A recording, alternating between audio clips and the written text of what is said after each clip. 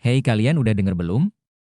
Real Madrid lagi-lagi bikin gebrakan luar biasa yang bikin banyak klub cuma bisa ngiler dari jauh. Yap, klub asal Spanyol ini resmi menargetkan pendapatan sebesar 1,3 miliar euro untuk musim 2025-2026. Bukan mimpi, bukan wacana, ini target resmi, bro. Kalau tercapai, mereka bakal jadi klub dengan pemasukan terbesar sepanjang sejarah sepak bola dunia. Tapi pertanyaannya, uang segede itu datangnya dari mana aja sih? Ayo kita bahas pelan-pelan, sambil nyeruput kopi dan ngelirik dompet kita yang isinya koin receh.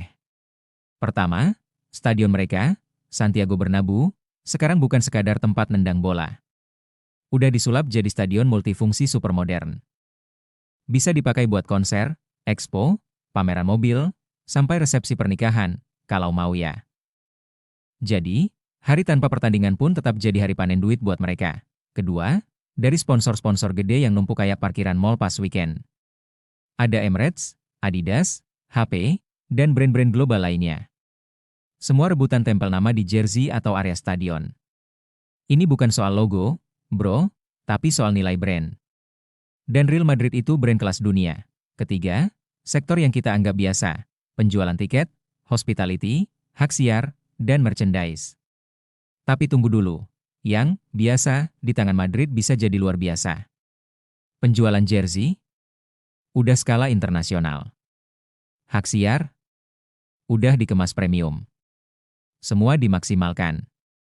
Dan jangan lupa, musim ini mereka juga jadi klub dengan pemasukan terbesar dari Piala Dunia antar klub 2025. Padahal mereka cuma nyampe semifinal, dan sempat digasak PSG 4-0. Tapi tetap dapat sekitar 59 juta dolar AS dari situ doang. Gila nggak? Tim lain juara, belum tentu dapat sebanyak itu. Madrid emang beda. Sekarang kita bahas valuasi klub. Menurut Forbes, Real Madrid sekarang nilainya tembus 6,75 miliar dolar USD, mereka udah resmi ngalahin Manchester United yang cuma dapat 6,6 dolar miliar USD artinya. Ini bukan sekadar klub bola, tapi udah jadi korporasi olahraga multinasional. Nah yang menarik, walaupun pendapatan mereka selangit, Real Madrid nggak langsung kalap beli pemain. Mereka tetap jaga struktur gaji, fokus regenerasi, dan belanja yang masuk akal. Lihat aja rekrutan mereka. Ada Mbappe yang udah resmi gabung sejak musim lalu dan bahkan jadi top skor La Liga. Ditambah nama-nama kayak Trent Alexander-Arnold dan Dean Huijsen, semuanya punya potensi jangka panjang. Gue suka nyebut Real Madrid sekarang bukan cuma klub, tapi kayak perpaduan antara perusahaan teknologi dan industri hiburan. Semua sistem rapi, target jelas, eksekusi disiplin. Mereka bisa cuan dari pertandingan, bisa cuan dari stadion, bisa cuan bahkan pas istirahat musim panas. Pertanyaannya sekarang buat lo semua yang nonton, menurut kalian, apakah Real Madrid ini jadi contoh klub modern yang sukses, atau udah mulai terlalu kapitalis dan jauh dari akar sepak bola? Tulis di kolom komentar ya. Dan ngomong-ngomong soal perubahan di tubuh Madrid, ada satu momen yang walaupun udah sempat kita bahas di video sebelumnya, tapi rasanya nggak bakal basi buat diangkat lagi sekarang. Kenapa? Karena ini simbol perubahan zaman di klub sebesar Real Madrid. Lucas Vazquez, setelah 18 tahun berseragam Los Blancos, akhirnya resmi pamit dari tim yang udah dia bela sejak remaja. Gila bro? 18 tahun. Itu lebih lama dari umur sepatu futsal gue kayaknya. Dia bukan pemain paling disorot, tapi selalu hadir di momen penting. Dan perpisahan ini tuh kayak tanda akhir dari era pemain loyal yang gak banyak omong, tapi kerja kerasnya gak perlu diragukan. Kita udah pernah bahas ini. Iya.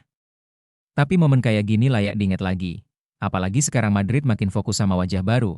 Mbappe, TA, sampai skema stadion multifungsi. Jadi lo tonton lagi deh potongan ini. Karena dari perpisahan Vazquez ini, kita bisa lihat jelas, era baru Real Madrid udah benar-benar dimulai. Api. Vazquez masuk Akademi Real Madrid sejak 2007, debut senior 2015, dan tampil 350 kali bersama Madrid. Dikenal karena kerja keras, fleksibilitas, dan loyalitas, plus kontribusi untuk 4 Champions League dan 3 La Liga.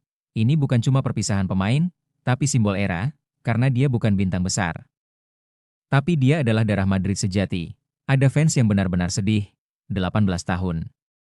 Dari anak muda sampai dewasa, dia selalu ada. Klub pun menggelar upacara perpisahan Kamis nanti. Reaksi Instagram dan Twitter penuh dengan tribute. Dia bukan legenda flash, tapi legend sejati. Ada juga fans yang bilang, finally, Madrid perlu darah baru. Mereka frustrasi setelah blunder di El Clasico lawan Barcelona, Dan Vazquez jadi kambing hitam beberapa kali di lapangan besar. Ini bukan soal benci ke Vazquez, tapi sinyal, waktunya refresh, privasi Xabi Alonso bakal gas habis-habisan. Sambil melepas Vazquez, Perez pasti refleks berpikir, haruskah saya sukai pemain lama terus? Atau investasi ke talenta baru ala Xabi? Xabi Alonso, bos anyar Madrid, kemungkinan akan berisinya regenerasi. Fokus ke talenta muda, skema permainan lebih dinamis dan agresif, kontras dengan era main aman dari veteran, ini jadi breaking point. Apakah Perez bakal bebas kritik dan serahkan penuh ke Xabi? Atau tetap kendalikan transfer besar? Lega fans tekanan mental ke Madrid, tapi ini peluang buat generasi baru. Barcelona bisa manfaatkan, sponsor mulai melirik La Liga lagi, rivalitas makin panas, momentum untuk Madrid bangkit atau hancur. Jadi, Vazquez out ini bukan akhir sedih penuh nostalgia, tapi sinyal perubahan. Fans terbelah, menangis buat loyalitas, atau tersenyum karena tahu regenerasi datang. Dan Perez? Dia harus jawab, apa masih mau impor nostalgia, atau ikut perubahan dan beri Xabi Alonso keputusan untuk lakukan revolusi? Jadi, kalian di tim mana, bro? Sedih atau lega? Komentar di bawah, dan jangan lupa like, share, tag teman fans Madrid MU. Kita lihat bareng, apakah era baru Madrid akan lahir? Atau justru runtuh? Gas terus bro. Pecinta bola urus sisanya. Dan sementara kita semua masih terhanyut dengan perpisahan Vazquez, ada satu pertanyaan besar yang menghantui para fans Madrid. Tanpa Bellingham di lini tengah, apakah Madrid benar-benar bisa bertahan?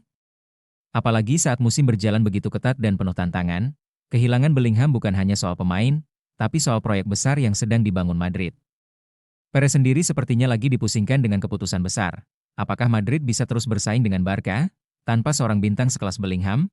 Dengan Bellingham absen, Madrid bisa rugi besar.